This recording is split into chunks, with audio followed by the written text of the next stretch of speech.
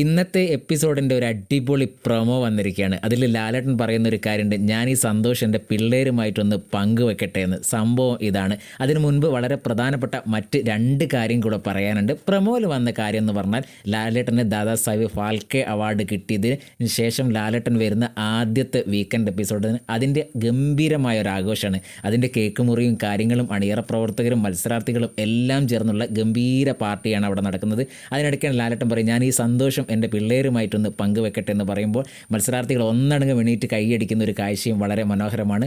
മാത്രമല്ല വളരെ പ്രധാനപ്പെട്ട ഒരു കാര്യം എന്ന് പറയുന്നത്, ഇന്ന് ഇത്തരം ആഘോഷങ്ങളും അതേപോലെ തന്നെ ആദിലിൻ്റെ അടുത്ത് ആ കിച്ചണിലുണ്ടായ സംഭവങ്ങളും അനീഷിൻ്റെ അടുത്ത് ടാസ്കിലുണ്ടായ സംഭവങ്ങളും ഒക്കെയാണ് ലാലേട്ടൻ ചോദിക്കുന്നത്.